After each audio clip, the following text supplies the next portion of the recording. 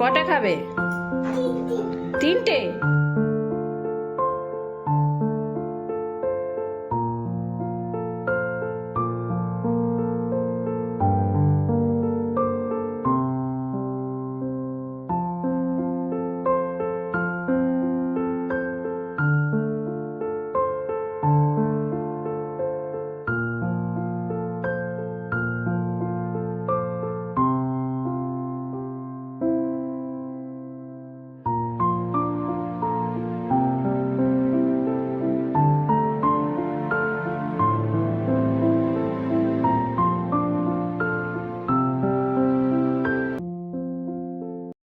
Hi everyone, কেমন আছো তোমরা সবাই? আশা করছি ভালো আছো, আর আমরাও খুব ভালো আছি।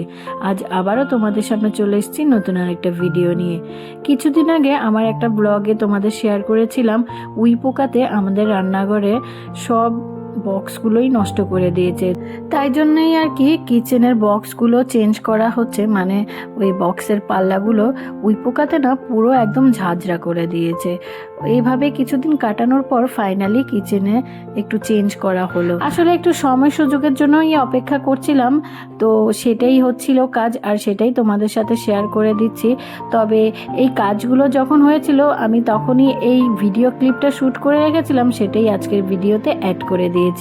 কিচেনের সামান্য একটু পরিবর্তনই না একদম ভোলটাই চেঞ্জ হয়ে গেছে। আমাদের কিচেন রুমের এই চেঞ্জ কেমন লাগছে অবশ্যই কিন্তু কমেন্টে জানাতে ভুলো না। আমাকে তোমরা অনেকেই প্রশ্ন করেছো যে টুবু সোনাকে পটি এবং হিসু ট্রেনিং কিভাবে দিয়েছি, পটি ট্রেনিং দেওয়ার রাইট এজ কত। আমি আসলে টুবু সোনাকে 1.5 বছর হওয়ার পর থেকে পটি ট্রেনিং দিয়েছি। কটা খাবে? তিনটে? মামাম কটা দিচ্ছি? আচ্ছা, দুটো খাও, মামাম আরেকটা দেবো। হ্যাঁ, খাও।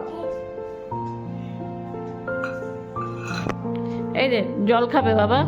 তখন থেকে ও ইশারা করে বোঝাতে পারতো যে ওর কিছু একটা শরীরের মধ্যে অসুবিধা হচ্ছে। তখন আমি বুঝে নিতাম, মানে ওই যে বলে না যে মায়েরা সমস্ত কিছু বুঝে যায় বাচ্চার ইশারায়, তো আমি বুঝে যেতাম। তো এখনও পার্টিকুলারলি বলতে পারে বা বোঝাতে পারে যে ওর পটি বা হিসু পেয়েছে। আসলে এটার জন্য অনেকটা সময় ওর পেছনে আমাকে দিতে হয়েছে। দেখো, বাচ্চা যে কোনো সুন্দর হ্যাবিট তৈরি করতে গেলে মাকে তো এইটুখানি খাটনি করতেই হবে, মানে মাকে একটু ধৈর্য রাখতে হবে বেশ কিছুটা সময় বাচ্চাকে সেই জিনিসটা অভ্যাস করাতে গেলে, তাহলেই গিয়ে কিন্তু বাচ্চা সেই জিনিসটা অভ্যাস তৈরি হবে। তবে তার জন্য মায়েদের ধৈর্য রাখাটা ভীষণ পরিমাণে জরুরি। সকালবেলা টুবুবাবু ঘুম থেকে ওঠার পর ওকে ফ্রেশ করিয়ে দিয়েছি, ওই 2টো বিস্কুট দিয়েছি। ও নিজের মতো করে প্রথমে জলটা খেয়ে নিল, দেন বিস্কুটটাও খেয়ে নিয়েছে। এদিকে আমরাও সকালে চা বিস্কুট খেয়ে নিয়েছি। আর এই যে মাম্মামের সাথে সেও চলে এসছে মাম্মামকে হেল্প করবে বলে। টুবু সোনার 1.5 বছর পর থেকে ওকে ঘুম থেকে তোলার পর আমি ডাইপার চেঞ্জ করিয়ে ফ্রেশ করিয়ে খালি পেটেই জল খাওয়াতাম।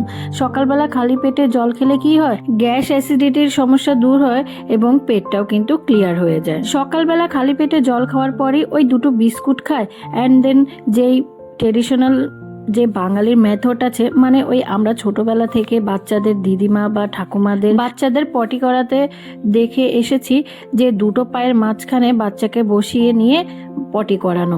তো আমিও না সেভাবেই প্রথমে চেষ্টা করেছিলাম। টুবু না ঠিক সেভাবে স্যাটিসফাইড নয়, মানে ও বসতে চায় না।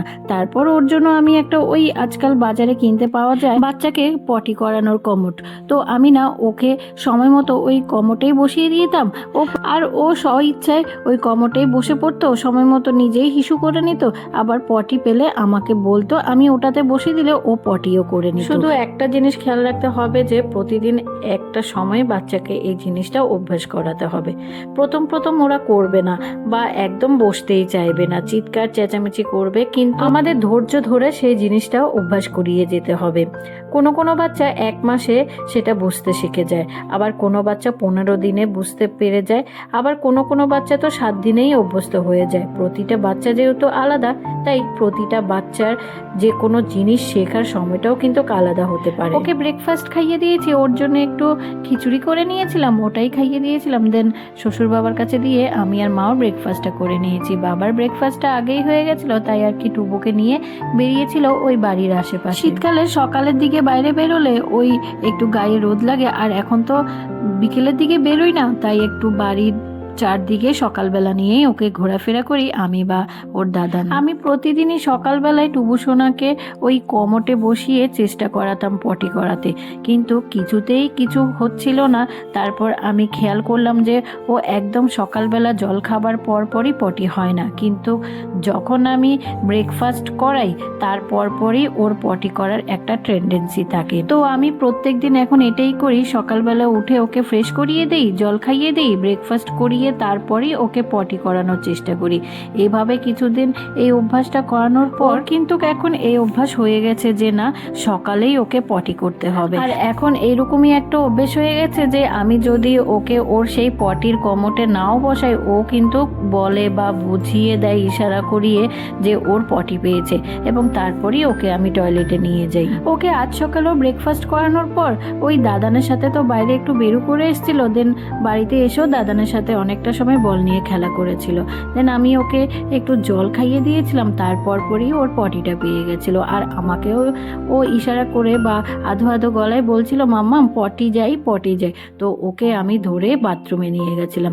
তো এটাই কিন্তু ওর এখন ফাইনালি অভ্যেস হয়ে গেছে। প্রতিটা সিজনেই মানে যখন দেখবে ওয়েদার চেঞ্জ হয় তখন বাচ্চাদের একটা শরীর খারাপের টেন্ডেন্সি থাকে।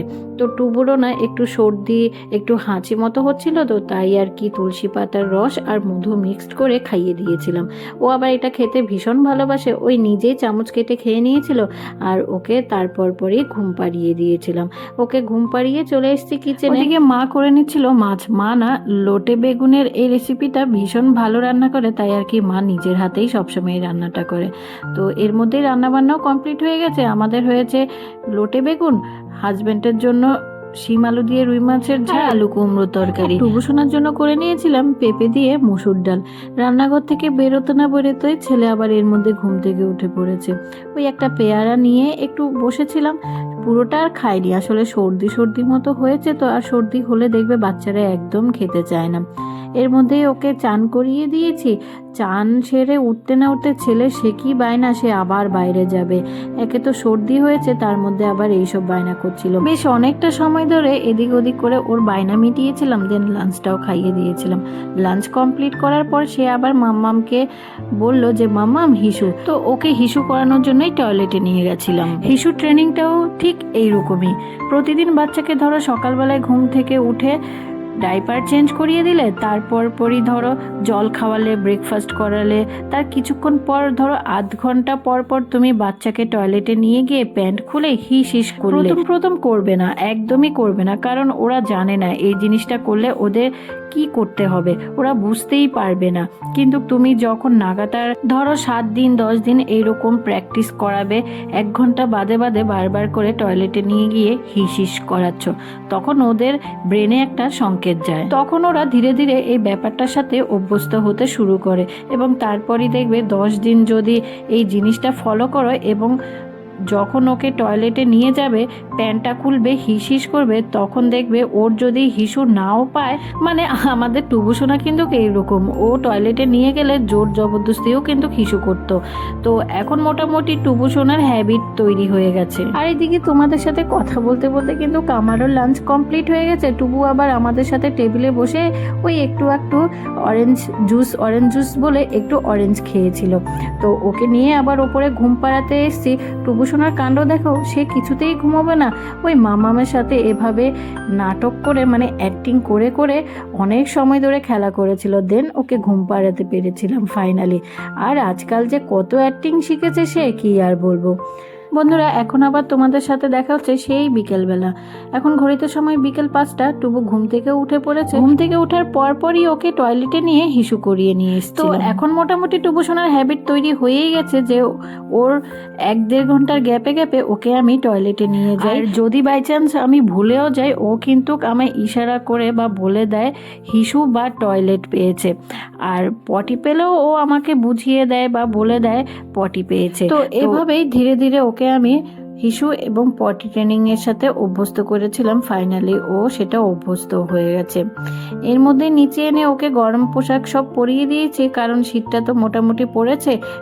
নিচে আসার পর বেশ কিছুটা সময় খেলা করছিল, আমি সন্ধ্যেটাও দিয়ে এসছি, এর মধ্যে ওকে সন্ধ্যের টিফিনটাও খাইয়ে দিচ্ছি। আজকাল আবার টুবুবাবু তার খাবারটা ভাগ করে নেয় তার বন্ধুদের সাথে, ওই যে হাতে ডগি এবং প্যারেট, ওদের সাথেই ভাগাভাগি করে সে খাবার খায় প্রতি বেলাতেই।